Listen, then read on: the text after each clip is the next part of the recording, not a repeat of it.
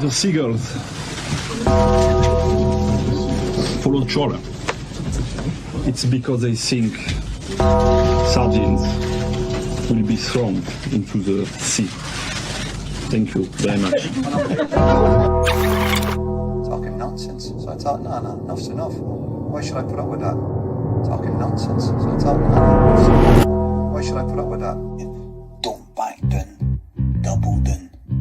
Don't back down, double down.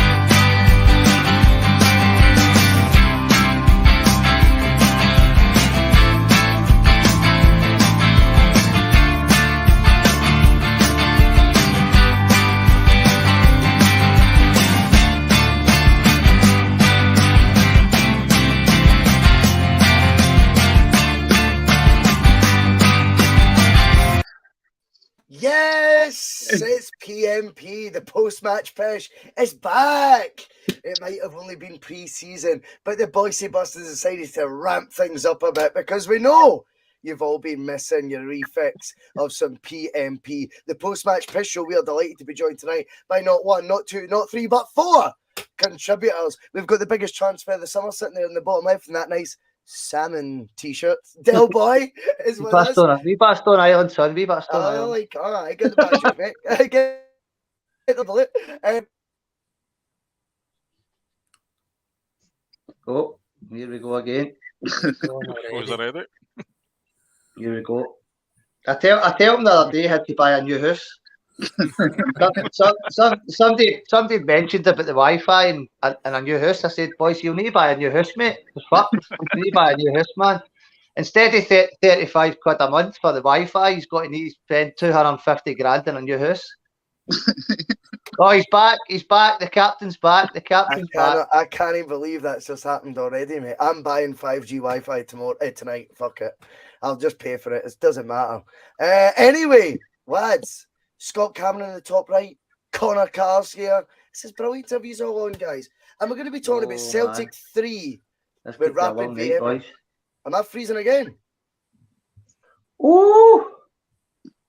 Can you hear me now? Aye, I can. Aye. Am I still here? I don't even know what's happening. Aye, it's just doing a bit of buffering, mate. I don't know if I don't know. Live, man.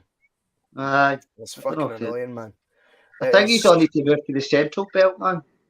Aye, well, honestly, see where I live in the middle of nowhere, man. It's not good. Just Wi-Fi on the back of a donkey.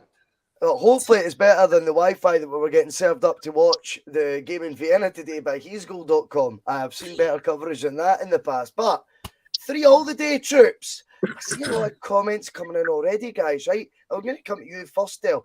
A lot of comments already saying, oh, same puppets pulling the strings, people being a wee bit negative. I'll be honest, I don't read that much into all this stuff, Del. I just thought it's a pre-season game. We gave 19, 20 players a run out today, and we scored 3 goals away. Aye, there's some sloppy signs at the back, but considering it's the first game in 2 months, and considering the amount of changes you make during it, who cares, eh? To me, it's just all about focusing on the good points. I'm not here to over-scrutinise or over-analyse. No, 3-3 draw. definitely not, mate. Definitely No. not. I never read too much into pre-season. I think last year was a big marker when Ange just came in, and you obviously heard people moaning regarding the Bristol City and Charlton games, and you're like, right, calm the fuck down. And I definitely think it's the same this year. I thought it was a very, very good run out. The first 15 minutes, I thought the intensity was superb. Maeda, Jota, O'Reilly, I thought they were on it. McGregor looked good. Overall, as you say, Bhoycie, man, we've got 3 weeks to Flag Day before Aberdeen comes. We've got another game at the weekend. Then we go into Blackburn and Norwich games. So we've still got plenty of time to get the fitness up. I was relatively happy, other than some mistakes, but don't look into too much into these kind of games. The guys have got another 90 minutes under their belt, as you say, 19, 20 players. Had a wee look at some of the fringe players, so I enjoyed the game. I thought it was really good. I enjoyed it. I enjoyed the goals, and I don't take too much away from it. No, I agree with that. And by the way, right now already, lads, there's 60 folk watching live on a Saturday night. A big thank you to each and every one of you. There is a subscribe button, there is a like button, there's a share button. If you want to become a member and part of the Bhoycie Buzz, that's an option as well. Paul, we'll come at you. Do you share the same sort of view as Dale? Have you got a different take on the game? I'm very much of the come see, come sad to the overall performance. It's the first one. I like what Polymorphous is saying there. Today it was about sweating the beers at the system, getting those legs moving again, and getting us into first gear for what will be another high-intensity, never-stopping season under Ange Postecoglou. I can totally agree with Dale on what he's saying, but I have a point of view about one defender only, and that's Julian. And I'm still going to say it. Sorry, Dale. Oh, I'm still going to say it though. You wanted my opinion, Bhoycie. I'm letting you know. What do you call it? I still say he's checked out. I know you can turn around and say it's pre-season. You don't worry about these games. It's just about getting fitness back. I can see things about him that I seen from Edward last season, and I know there's differences between Edward and Julian, but I can see things that I don't like, and I hope I'm wrong. I genuinely hope I'm wrong, and everybody in the bus comes down in like a ton of bricks, because I genuinely hope I'm wrong for Celtic's sake and for Julian's sake. Well, but I think there's plenty different. of people agreeing with you, mate. There's plenty of people agreeing with you in the comments. Chunks of my chunks comes in already. He's saying Julian has to go. His ability with the ball at his feet is shocking. Ryan Taylor says Julian is finished. Mark Kenny says Julian is causing splits in the bus. David Ferguson says Julian's fresh air shot took the biscuit. Scott, you thought he played all right up till, was it the last goal that the Rapid Vienna scored? You thought he'd been doing okay. I mean, he's going to be a bit rusty, isn't he, for a start? I mean, for the amount of football he's actually played, he was a bit slow, but between him and Lual, the two of them actually played all right together for big periods of that second half. Yep. I mean, I thought, like I say, it could just be down to ring rust more than anything. It's going to have an effect on you, isn't it? No playing. Well, I agree with that. I mean, at the end of the day, I think the case for the defence, if you excuse the pun, is I think the guy's not played first team football in over a year. He's had a horrific injury, and literally last week was, I know Paul's saying checked out. Maybe he had checked out last week. He'd certainly checked out at the airport because he was on a plane to Schalke and it was done, or so he thought. And then at the last minute, whatever the hiccup's been, whether it's he's failed a medical, whether he couldn't agree personal terms, I'm not privy to that information. But I think that's quite a lot to digest. I've got the impression, Connor, I'll come to you. I've got the impression Julian probably didn't even expect to feature in pre-season because he feels like he's been maybe shunted that much. I still think there's a player there. I don't want to pass judgment too quickly on a first team friendly. Everyone's entitled to their view on it, and it looks like Paul's view, to be fair, is being shared by a lot of people watching tonight. I see. Well done, Paul. It's a Nice to be one. back. It's a sticky one. The thing is with Julian, I used to really like Julian, but see, I feel like the end of the season to now because he's spat the dummy out. He's obviously like if he was genuinely wanting to stay right and try and get in the first team and try and improve to Ange, then he would have never went for going to play him into Schalke for a move. If he was wanting to stay and try and work hard, then he wouldn't have done that. End of, in my opinion. But he was at fault for the last goal. He's 6'5" when a guy out jumped him and he had his head down off his chest. It was absolutely bizarre. And it just looks.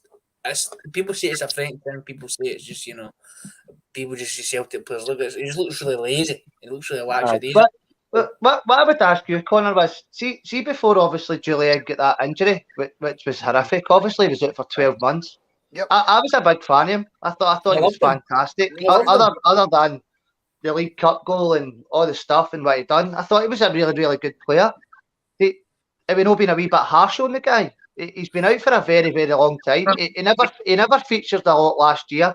Obviously, there's been questions asked in regard to training and what Ange thinks about him, but this guy's a £7 million player who was very, very good in League One in France. So, would you not be happy with him coming into fitness and being the number 3 centre half, if you like to say it, rather than Welsh getting into a Champions League campaign, or just slaughter the guy because he had a average game against Rapid Vienna in a pre-season game? I think it's very harsh, but love the debate and love to hear other people. But I know you can say it's harsh. Sorry, Bhoycie. I know you can say it's harsh, they're all right, but at the end of last season as well, his attitude stunk. What do you call it? If you're a £7 million player and you want to stay at Celtic, one of the biggest clubs in the world, you don't spit the dummy out. You just get stuck in and you get back into that team. Mm-hmm. If you're a £7 million player, you can beat anybody out that team. Yeah. But he spat the dummy out. The way he done that, that's not the way to do it at Celtic. There's no way to do it at any club. What did he do to spit out the dummy? What is the perception here that he spat out the dummy? That's what I was going to say. Do you think a lot of this social media and the goldfish bowl that is Glasgow, that the rumour mill is, obviously put a couple of posts on Instagram and stuff like that, which was a bit... Saying what though? I mean, what was it that he was on a flight and he put 2 eyeballs? That's what I seen. No, it wasn't that, Bhoycie. It was before that. Well, a lot of hearsay, but is it not? There's a lot of no hearsay. There was an interview with French media that he's done, and he stated he's unhappy that he wasn't given an opportunity in the last 6 months. Yeah. I think that's fucking fair, because see if he was happy with that, I'd be more concerned. And I think to go back to what Dale's saying as well, and I'm going to come to you, Paul, because obviously you've got a different point of view, and I love this. But let's be quite straight here. The Ligue 1, French football, is clearly going to be asking him these questions because they will be a wee bit confused as to how a player who joined Celtic for £7 million when he only had 12 months remaining on his deal at Toulouse. I spoke at length with a good friend of mine, Goal.com journalist Robin Berner, whose specialist subject is French football. Now, when Celtic were signing Julian, I was in touch with him. I had a lengthy conversation with him about it, and I said, how good is this guy? And he goes, I don't think you understand that you're paying £7 million for a guy that would normally be costing you 12 upwards £1 million. He's one of the best defenders in the league. He will cruise it at Celtic. That was his take. And that is a guy very well versed in that. So I think it's understandable that when this guy is now back to full fitness for 6 months, same journalists in French football are going, what's happening over there? How come you're not getting a game? And he's then explaining his displeasure at it, and we're getting offended by it. I think we're being a wee bit soft, Paul, in my opinion. I don't think he said anything that controversial. You don't think so? I genuinely don't think he should be making those comments at all. I don't think so either. I agree with that part. That's my main point. He shouldn't be making those comments at all. What was the comment? What was the comment he made that was so bad? The comments were basically against the manager. Mm-hmm. And he basically... It was against Ange Postecoglou in that same interview. Carry on, going on, you go. So he said, he says it's not fair when you're playing a midfielder as a defender, like out of position. But at this point, Beaton hadn't even played in defence until the qualifiers at the start of the season. Up until that point, it was Starfelt and Carter Vickers at the back who had made a really good partnership.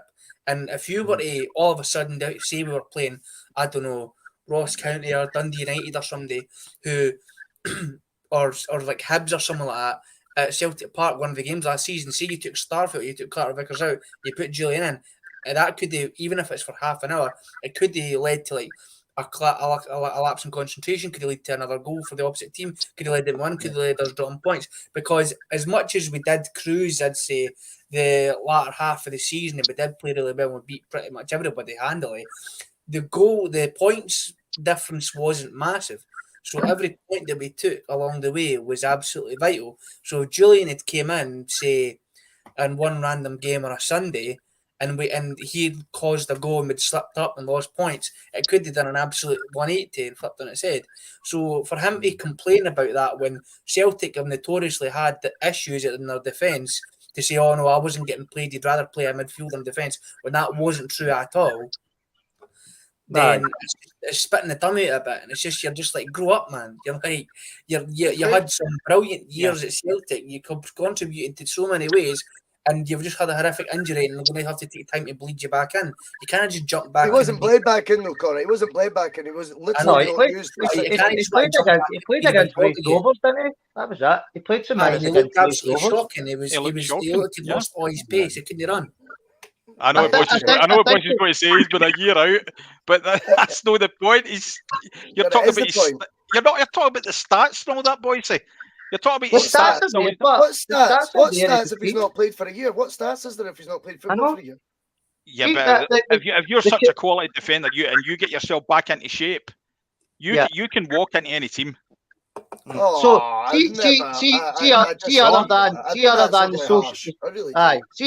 than the social media stuff that I agree with, he probably shouldn't have said. What other than Bhoycie, because we seem to be agreeing, and that's not just because I've joined the channel and I'm sitting up his ass, but far from it. What was your three guys' thoughts when Julien signed and his initial performances? Because he was very good, and you can't just become a bad player overnight. And as fickle as Celtic and Rangers fans are, is Julien now just the focal point of a Celtic fans being, he's shite, fuck him, he said something on Instagram, which is a load of shite. What was your three guys' points on when he signed, his initial performances, and as he became a bad player overnight, or are you just judging him on Instagram posts, which is bullshit? I'm not judging him on Instagram posts. I'm judging on what I've seen him play recently. Yeah. And when he was playing under Lennon, he was brilliant. He was one of your best players. Think about the performances he had against Lazio and against Rangers in the cup final. Do you know what I mean? He was brilliant. I'd say he was honestly, he's that iconic that his goal celebrations in FIFA now. When he does like the Superman thing, that's in FIFA. He was that he became like a modern icon for those couple of seasons. You know what I mean? I never knew that, but I'm 40, man, so. So he kind of became iconic in a way, and he was brilliant. You know what I mean? We struggled for so long getting a threat in the box for like corners and things like that, and Julian was kind of like the answer to that for a long time because he's fucking 6'5" and nobody's really going to be as tall as him getting the ball. So he was brilliant, and you know there was times where you'd see him bomb up the park and he'd almost kind of be like a striker, kind of like what Christopher Harris used to do like a lot. He'd done it a couple of times in games that were a bit like patchy here and then. Do you know what I mean? But it's not on that I'm basing him on. I'm basing him on what I've seen in the past year. And so what far, have you seen though? What have you seen in the last year? But we've only seen him playing like an hour of football. We've seen him playing 1 hour of football. How can you base that? I'm so confused. No, but I agree with a couple of passengers' comments. Surely, God, you've got to base him on what he done before his injury, which was a very, very good centre half. Where's the basis of the last 12 months? I love that shit, by the way. Where is your basis for the last 12 months? Because he's not played football. Right. He's not played football. The captain of the B team looked like a more comfortable and better defender than Christopher Julian did. And he's only played around about the same amount of time as Julian has this season. Played. Who was that, Connor? Sorry, I never heard you there. Sorry. Wilson Law, captain of the B team. Oh, he looked fuck brilliant. off, man. He looked good. Let's go to Scott. Scott, you've been very diplomatic in the back there. And I know you've actually given a good balance so far because you are blaming Julian for one of the goals today, but you actually thought other aspects of his game wasn't that bad. Where do you stand on the debate that seems to be getting? I would honestly say, I think in the group chat, I would say there's probably a 70-30 split against Julian, if I'm honest, right? But it's good debate. There's a lot. I actually didn't think it would have been that big. Honestly, I would say more people are agreeing with you, Paul, than myself and Dell. I'm getting back to main podcast. Get it off me. But Scott, where do you stand on it all, mate? Julian, does he deserve a clean slate this season? Definitely. I mean, brilliant for us before they started, and he's getting slagged off for a couple of performances. You've got to remember his confidence is going to be shot to fuck as well. Come on, I mean, after having that kind of injury. I mean, sharp his kneecap or something, was it no eye? Yeah, sharp knee. It's going to take a lot of time to get back in and that. I mean, surely his confidence will take a big hit with that. He's going to be tentative in that when he's going in for tackles and things like that. He's going to be looking a bit slower and initially, yeah. I mean, like you say, it's only half an hour, and he's getting crucified over 2 pre-season games. He's played half a match in each of them. You know what I mean? No, but I agree with Scott. I actually agree with one of the passengers that made a comment, Bhoycie. He turned around and said, even before Julian's injury, for a number of performances, his performances were crap. That was on plastic pitches, That'd be nice. But they don't play plastic pitches every week. I don't remember. For a number of his performances before the injury, it was crap. Really? I don't know. I mean, I find it very interesting with Julian because I want to talk to you. See, today, for me, I'm going to call this episode The Lost Boys, right? That's what we're going to call it, right? Because what actually has happened is, right, seeing football normally, right, what happens is, see when a player goes out for 12 months, there's a romanticism amongst us as fans, right? And they actually we elevate them a wee bit more we actually make them better in our wee tiny minds than what they maybe were. In the curious case of Chris Julian, I think he has fallen off a cliff for being injured. It's weird. But I also think the same could be applied to James McCarthy. I also think the same could be applied to an extent with David Turnbull. All three of them featured today. James McCarthy's played more in pre-season this year than he did last year. I actually quite liked what I've seen from him. David Turnbull scored a goal. I mean, well. Sorry, but then you can turn around then, boys. Sorry, Scott. You can turn around against Turnbull and McCarthy and say they didn't speak out against the manager, though. But we'll put it this way, though, Paul. We're talking about everything, though. We're not just talking about the way he's playing. We're talking about what he's actually done as well. Paul. Well, the manager's obviously not that pissed off about it because the manager's still giving Chris Julian plenty of game time today. The same amount of game time as he gave the other two. That's where I think Scott's point makes the big difference in regards to the Celtic fans and the social media stuff and what's happening. Like, if Chris Julian hadn't said what he had said last year after he wasn't playing football and whatever else happened, there's no way we would even be having such a hot topic conversation about it. One fucking million%, it doesn't happen.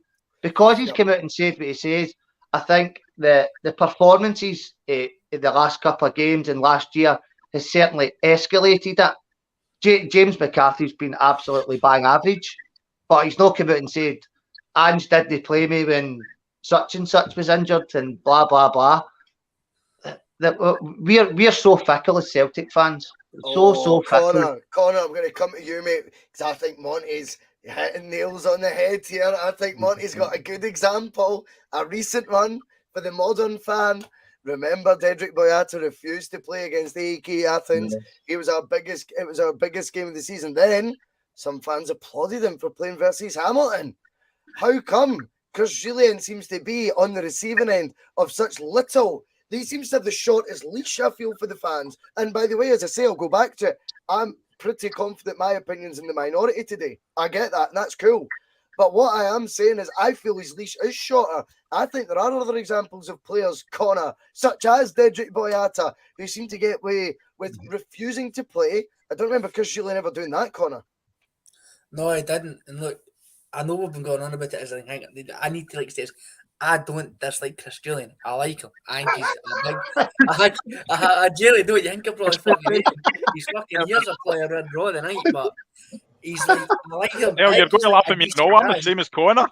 I was reading that comment there. Sorry, he's man. popular in the dressing room. You know what I mean? He's clearly like, I think through up until maybe like the last 6 months or something, you can tell he absolutely loved being a Celtic player. And the fact that in a dead rubber game against Dundee United, he potentially put his career on the line to, save a goal going in, says a lot about him, really.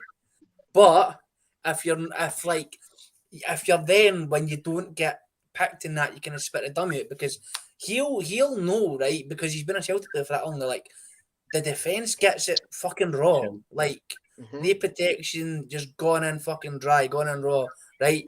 With the fucking defence. Nobody likes Connor, what? I don't know what you're talking about here. It's still Fatma. It's still Fatma. Fucking hell. Right. The defence get it tight. So he'll have been on the receiving end of the abuse as well. So he'll know how important it is to have a solid defence, especially with how big the season is. So I don't understand why he's kind of not took a step back, thinking, right, instead of opening my mouth, I'll continue to wait and then I'll get game time. This thing, like, I agree with what somebody else said. Like, if he had never said that stuff, like, in the media, I would be just say, I'd probably be sitting here and be like, I didn't have like the best game, but we'll still give him, a bit of leeway because he's been out for so long and blah blah blah. Sure. But because it's not even that he went to like go to Schalke and that. That's not even really what I'm annoyed about, because maybe it was for the betterment of his career. It's the fact that he opened his mouth. And I mean, it's the fact that I think we've done more than enough time on it. I was actually coming to Paul initially in the chat, by the way, to ask him what he made of the game, and he just dove in with the Julian thing. Aye, but that's all right. I think he's been done raw. I think he's been done raw. That's plenty. It set us off on a tangent, and it's been fine. I've enjoyed the debate. I think it's helped. We're going to park it for now, because there is other players to talk about when I speak about the Lost Boys series. That's what tonight was for me. Let's talk to you about, Paul, another player who hasn't played much, but I actually thought did a pretty tidy job today. Is James McCarthy going to get a second crack of the whip, considering when you look at the number one target apparently for the defensive midfield role was Sousa, and it's not happening? Is it time that we maybe look within and look at the options that are there? And if he is a fit with a full pre-season behind him, James McCarthy, is he a player that's genuinely going to be up for consideration come the season, or is it just really appearances for pre-season sort of sake thing right now with him? Where do you stand on that? I actually think James McCarthy's had a couple of good games. I know it's been against lesser opposition the last time. I've done another bad comment. Dill's off. No. He's disagreed with me again. No, it's all right. I've just come and bought him on my bladder's fucking horrendous. No, honestly, boys, I think he's been all right with the club, but I genuinely think that he's just going to be a squad player. Think he's just going to be a squad player? Did you? Yeah. Well, let's talk about today, though. Did you feel like there was a wee bit of his performance? I thought, to be honest, at times, well, that's kind of what we're looking for. I actually thought he showed things up quite nicely. I liked his tidy display. And I agree with you. I thought he actually had a really good game today, but I stick to the thing that I said there. I think he's still got to be a squad player. I think we need a next level player for the Champions League in that role, yeah. See, Scott, I'll come to you on this, right?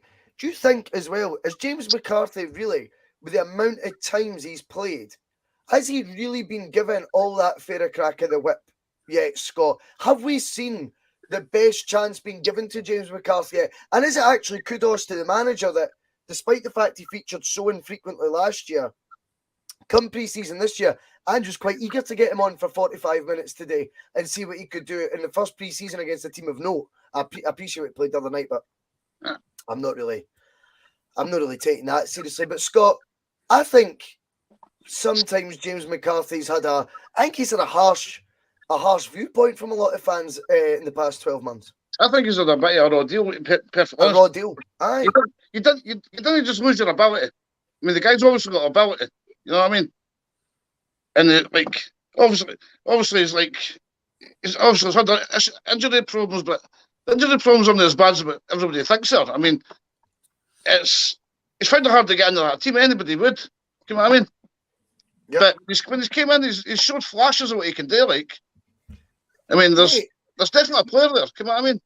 Well, Scott, this is a guy. I mean, have Celtic ever been in a position where they've got a 31-year-old holding midfielder with over 200 games in the English Premier League? He's cost a combined transfer fee record of over £15 million. He's been signed by the Belgium international manager twice, both for Wigan and for Everton. And then he's came to us with 60 caps for Ireland. And I've never known a player with that sort of CV, Scott, to be kind of dismissed, I think, quite quickly. I mean, I think if you give him a fair crack of the whip, I think he'll definitely do a job. He's definitely got the ability, especially with the Scottish League. You know what I mean? It's like, I mean, he might be a bit slower now, but he's looking a bit. When he came on, he was looking awfully lean when he came on, wasn't he? He's almost like £50, isn't he? Well, Polymorphous came in with a point there, right? And I'll come to you, Del. Polymorphous says, did it maybe just take James McCarthy almost a full season? Such was the volume of games he'd missed maybe in the last couple of years at the EPL with, an injury blighted last year at Everton. You'll know that better than anyone. And then an injury hit a couple of years at Crystal Palace. Is it maybe just took him a full 12 months, particularly under what is a high-intensity environment with Ange Postecoglou? Do you think maybe it's just took him that bit longer? I've got the feeling Ange isn't someone who just writes people off for no reason very quickly. I think you might be seeing James McCarthy now, Ange, when he realises maybe that Sousa guy, that deal's fell through. Good managers, in my opinion, and I know the elite level now just turn their attention to another £50 million player. We're never going to be afforded that luxury deal, right? But what I always consider being brilliant management is when you can look within. Well, what have I got? What have I got in my resources, and what can I improve? What can I shine up and make actually tailor-made for a role, or certainly get more minutes out of? Do you think maybe he's having... I don't know if second thoughts is the right term, but do you think he's looking at James McCarthy a wee bit and going, do you know what? I'm going to give him plenty game time over these 6 pre-season fixtures. I'm going to see what I've got in that player there. And if it doesn't work, and this is why I love us being in the Champions League already sorted, we have got this luxury of time with the transfer window like we've not had for so long. 2007, 2008, I think was the last season we had this sort of time, and we didn't take advantage of it then. Right now, I think there's almost a relaxed attitude to, well, why not give him a chance? Because see, if he's not up to it and we work that out over 6 games, or Ange works that out over 6 games, there's so much time with the window left to then go out and get your next target on the line. Does James McCarthy deserve a less raw deal, as Scott Cameron coins it, from the Celtic fans? Oh, I've got you on mute, Dale. Slaughtered them.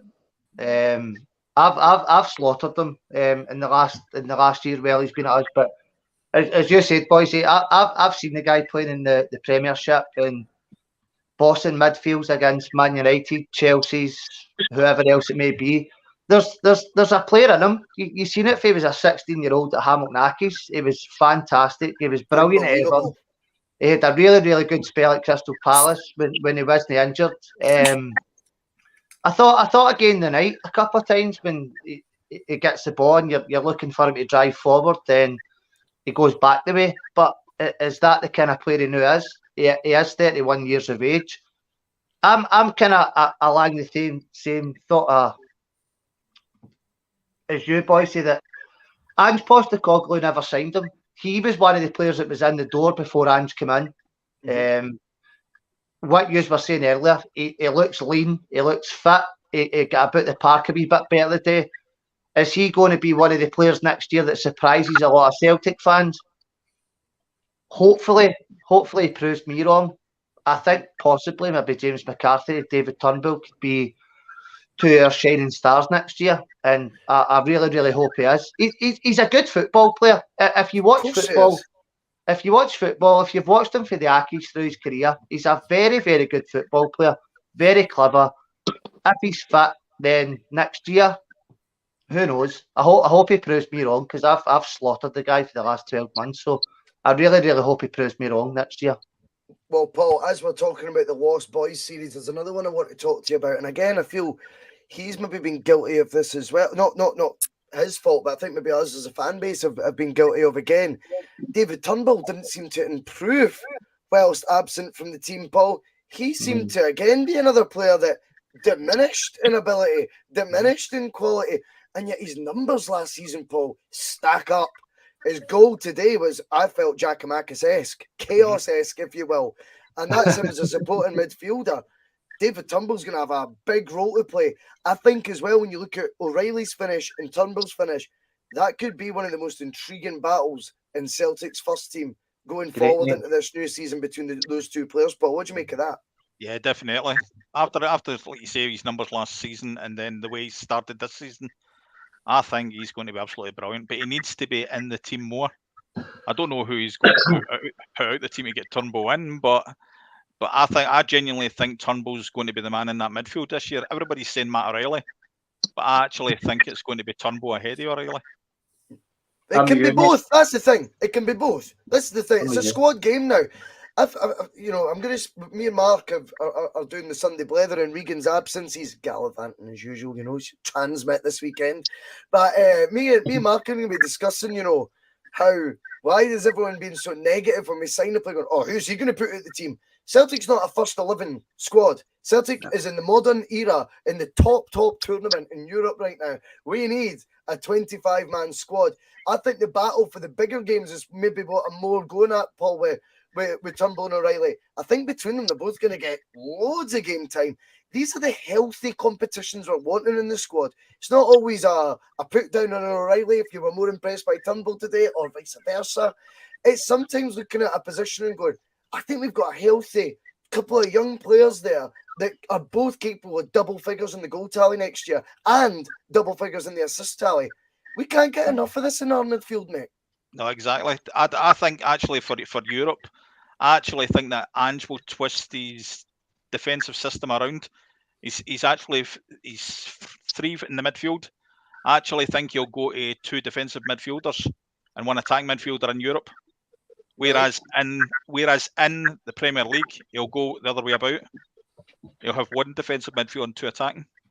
I think he's got the options for that now, mate. That's the thing. I think last year he got a lot of criticism for myself as well in regards to like the away games in Europe when we were 2-1 up and whatever it was, and we were still attacking. But he couldn't change the system. Yeah, as Bhoycie just said there, 25, 28-man squad.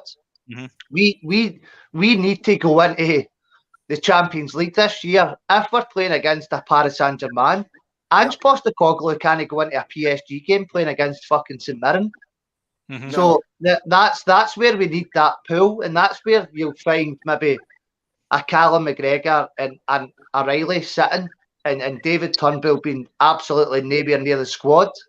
Mm-hmm. Whether you're playing at a Fir Park, you can play Callum McGregor, David Turnbull, and Matt O'Reilly, and totally change it up. So I think it's the squad's looking fruitful this year. But a point that Bhoycie will probably bring up again, getting into the Champions League, the central defensive midfielders are a massive thing for me. I think we still need to bring somebody in. But there's two sides to it, Connor. I'm going to come to you, Connor, mate, because see when you actually look at the profile of the players, what we also need when you've got an O'Reilly playing or you've got a Turnbull playing is neither of them strike you as being, I don't know, with the biggest engines in the world or the biggest appetite for doing all the track and back work. So when you've got guys like McGregor and Hatate around you, then that's where I get the debate. I appreciate that O'Reilly and Turnbull are not the same type of player, not like O'Reilly and Rogic are, I don't know, carbon copies each other. But I think with regards to Turnbull and O'Reilly, whilst they might not be the exact same type of player, I also think the reason I don't see them starting together would be I think you need legs around them. I think Hatate provides that. Cal McGregor, we know, provides that. If there was another holding midfielder maybe sitting further deep, again, that gives them more freedom to express themselves because someone's dropped in a wee bit. But I think the competition between O'Reilly and Turnbull is going to be fascinating to watch this year. Aye. Turnbull was one of my like favourite players for like the 10 in a row season, because he was obviously one of the only decent players in the team because the team was so awful. But his numbers don't lie. And one of Celtic's worst seasons in modern memory, he still had some of the highest key passing rate in Europe. And he'd only kind of just came into the team. He'd only had 6 months in it. And last season, he still had decent numbers as well, and even though he had a lengthy injury. So I think the competitions are an interesting thing, but I think I genuinely think Turnbull's going to surprise so many people this year. And I'm not just saying that because I got his name and number on the back of my jersey last season before the season. But it's a bit of an anecdote. I need to get another player's name in my back of my jersey again. 10 in a row season after the first 3 games, I got Shane Duffy on the back of mine. Last season, I get David Turnbull before the season kicked off. He gets fucking injured for 6 months. So just don't get fucking Kyogo this year, you cunt. I was tempted, not gonna lie, but I'm not gonna. Don't worry. Oh, they're the legend, they're the legend, Mr. McGinley. He's wanting more likes for the chat. I like Phil. He's pushing the boundaries. Michael 89's asking, where does the tatty fit into all this? I'm gonna go back to, it's a squad game. I want this competition, guys. I mean, you look at the wingers' perspective right now. I've already given insight, in my opinion, that there will be. I think we've seen it with Kyogo's cross today, Scott. Right? Kyogo out wide. You can see Scott why he's played out wide previously in his career. That cross he laid on a plate was outstanding. But then you forget at the start of the game, Maeda's your. Is it? Am I still here? With you again? No, he's fine. It's fine. Can you hear? It's actually your cell, Del, that's going in and out. It's Del who's froze. Scott, he has froze. Scott, who makes a change for it with me. Scott, I also think that Maeda looked like the outball today. Do you know what I mean? Like up the left in the first half. You then look at Abada coming on as a sub. Like, you've then got Jota, who's £6.4 million. We've got loads of these options out wide. James Forrest was captain in the second half. These are your out wide options. How come we're allowed to be flush there, but people shit the bed when we've got 3 or 4 players for 2 positions in midfield? This is what I want from a Celtic squad about to try and make an assault on 3 domestic cups and a Champions League campaign. We're going to blow somebody away this season, like, definitely. I mean, like you say, Kyle go with the cross. I good in.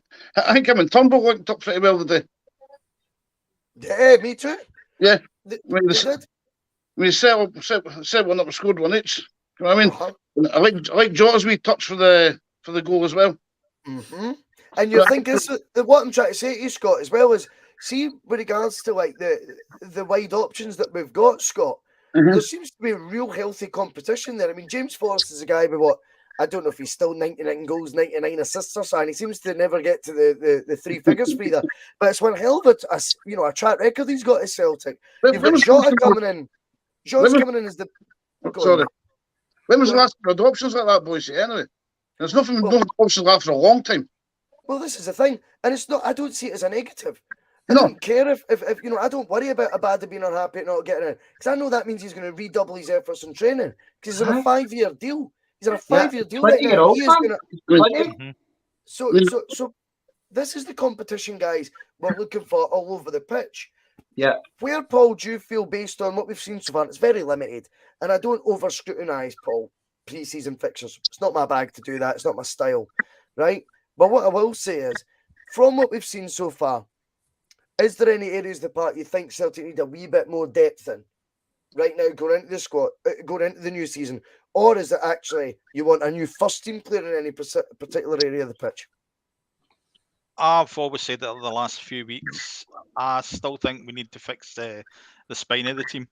I still think we need a centre back, a central defensive midfielder, and a poachers in the box striker. Yeah. Okay.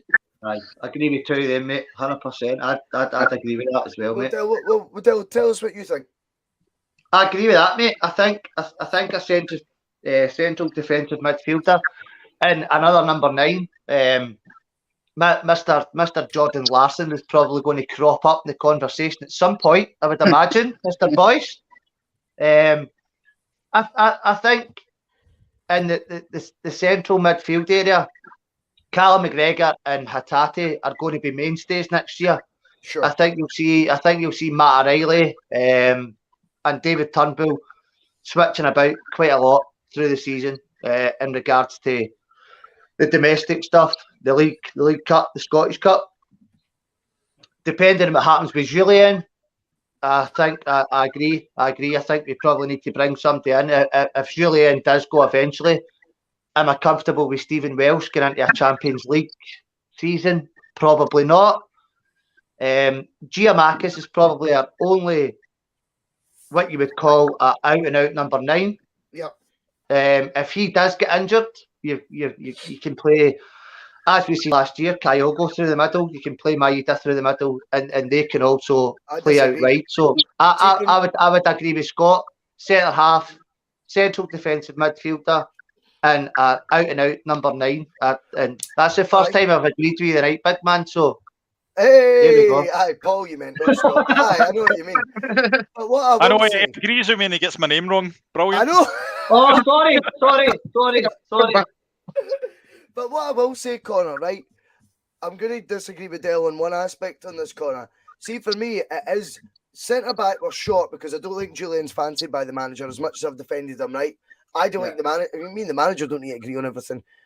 Trust me, he gets paid to make these calls. I don't, right? So I don't think Julian is a viable third choice centre back, Connor, right? I don't think, because I don't think the manager fancies him. And he needs to have complete faith in who it is going to be competing. We know CCV's way out and beyond. He's the number 1 centre back. He's been brought in for the big bucks. Fair dues.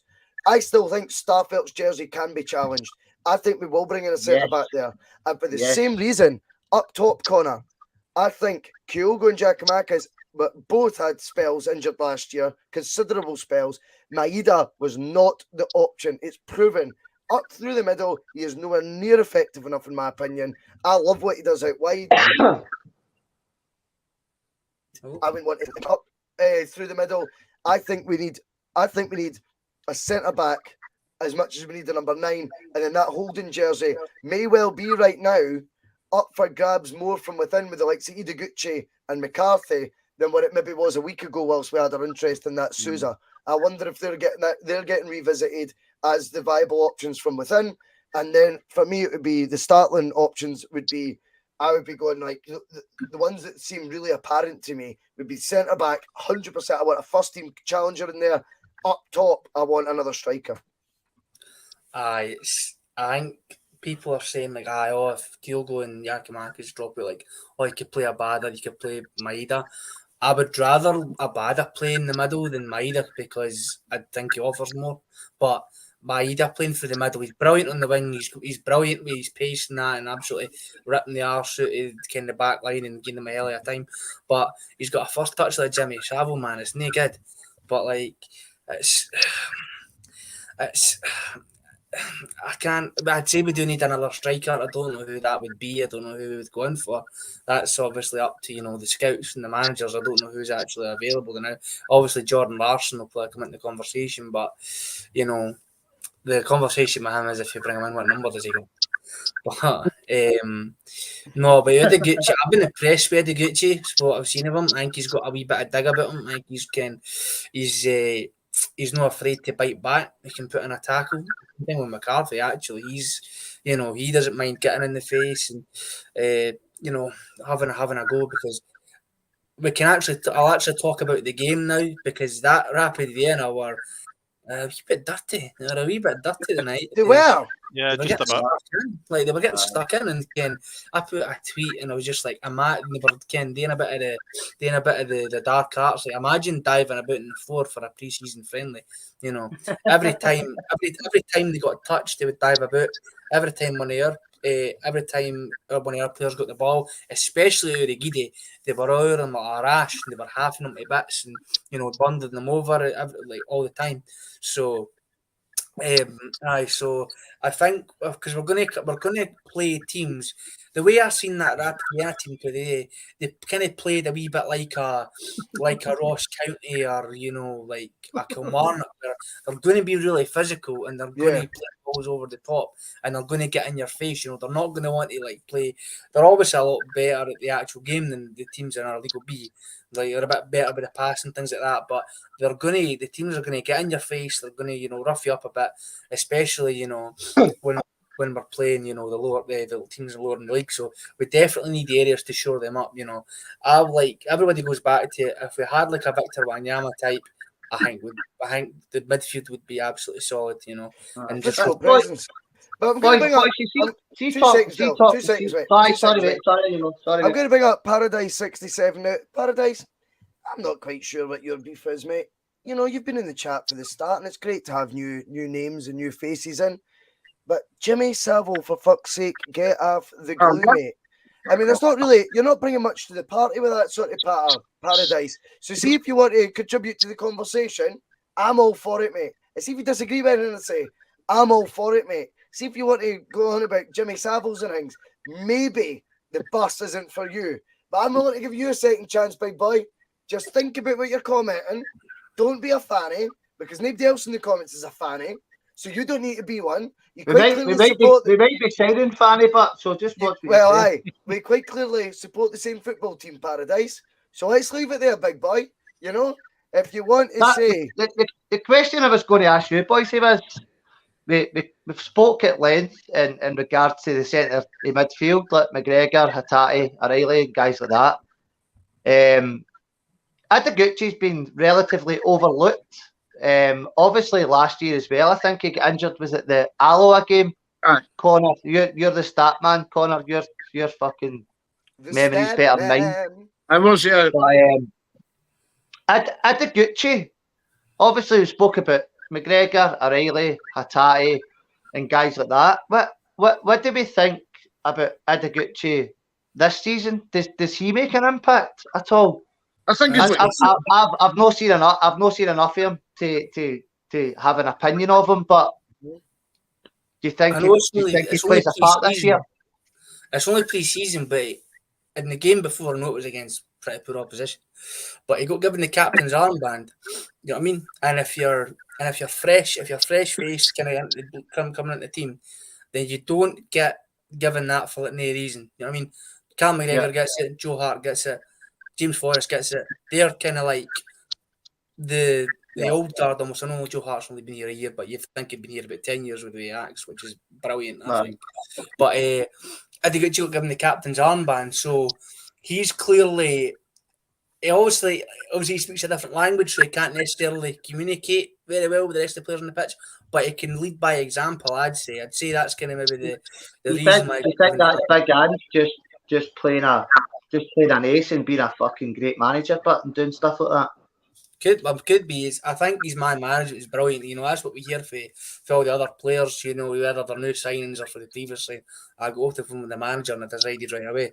You know, so he's clearly good. He's clearly good with the players, and he's clearly got good man management skills. But on the case of Adeguchi, obviously before he came to us, he didn't have the best rep. We had a couple of failed transfers and playing down south, and that didn't work out for him. But it was kind of a mainstay in the Japan national team, and he had some brilliant games. If I remember right, and you can correct me if I'm wrong. I remember when we were signing Maeda and Kyogo and Adeguchi. Adeguchi was the player on the tip of everybody's tongue. He was the guy everybody was excited about. And obviously the injuries made a wee bit of an arse his Celtic career so far. But is that the guy we've spoken about Turnbull and that Adeguchi next year's go? Oh, fuck the Lost Boys series, mate. The Lost Boys series. This is what we're talking about. Paradise 67 apparently was quoted. Did one of you mention Jimmy Savile? That was me. I was sitting there quiet. Sat there quiet, Connor. Let me just. I know, just like Connor was on his show. Paradise. That's a little. Connor was on his show 15 years ago, Give me wasn't 2 he? seconds. That's as little as I listen to these people. Honestly, Paradise, mate. You're back in the good books, son. I apologise, mate. And I also apologise. I'm causing rifts in this. I'm just Connor, you can fix it for them. Come on. I give up, man. I give up. Security at the Bullfrog when I rock up. What's he going to say now? And that is the thing. We will be live at the Bullfrog, Motherwell, 31st of July. And if people think it's going to be a wee bit feisty, it won't be. We're not that type of band, man. You know what I mean? It's a dead quiet. It's the Bullfrog Bar and Bistro. It's dead quiet. Mm-hmm. It's nachos and sex on the beaches. If you actually go there, you'll see what we mean. And it's absolutely nowhere. Aye, it's nowhere near like, high-rise flats and a high murder rate, so it's all good. Don't worry about it. I've been absolutely sold up this morning by Connor. I never heard him mention. Why was Jimmy Savile's name came up anyway? I don't know. I was thinking there's somebody who's got a bad touch, and it just came into my head, and I'm like, that's a bit. Unbelievable. I've been so you just let me give Paradise absolute pelters. I'm just sitting there, right? They're just going out of my head. I'm just like, right, then he's saying, he's not going to say it. He's not going to come. I'm reading the comments. I'm like, I better not bring my name up. Oh, I give up, man. I give up. Paradise 67. Apologies, mate. There was me being a big smart ass too. I took it all personally because I'm the only one with hair. I thought, fucking hell, it must be me. That's a red card offence for me. But no. I appreciate it was my fault. I'm even going to bring up your comment, Paradise, that labels us fannies. That is absolutely. Anyway, we will move on. Is there anything else to talk about? That's been an hour. We're calling it the new. It's been the best post-match pish this season so far. Ladies and gentlemen, we will be back. Don't you worry. We will be back. Tomorrow morning is the Sunday Blether with Mark Kearney and myself stepping in for Regan Stevenson, who's been fucking unbelievable, the work he's doing now with Mark on a Sunday. I've got big shoes to fill, but I'll do my best tomorrow. The Monday Club will be on at 9, and then we'll take it for there next week. I'd love to tell you I'd kind of for the diary. I don't have a clue, man. Bhoycie, see before we go, can I throw a wee curveball into the four other guests? Go for it. If we have no other signings until the Aberdeen game on the 31st of July, give me your starting 11 for the Aberdeen game and Flag Day. On you go, Connor. You're the man. Okay. I'm in the crosshairs now. Right. Hart, Carter Vickers. I would put Lowell in. The Julian controversial. I know. Controversial. Good. That's good. I like it. And that's if Starfield's back. We've got an update saying he should be fine for the first game of the season, but if he's up to Lowell before Julian or Stephen Welsh. Oh fuck! I forgot. No, Welsh. Sorry, I forgot about Welsh. I forgot Welsh was even part of the squad for a minute. Sorry, Welsh, Carter Vickers, Juranovic, Bernabe. This is impossible. I mean, we'll be here all night. Trying to look at the starting 11. Tati, McGregor, O'Reilly, Kyogo, Jota, Maeda. That's 14 players. Well done. Bhoycie, you. I'm going to leave you, Chris Sutton. Have a brilliant Sunday, guys. About me deliberately trying to cause controversy. Well, I work in the media now, and you've got someone sitting there next to you who's an embarrassment to the media profession. He's an apologist. He's a charlatan.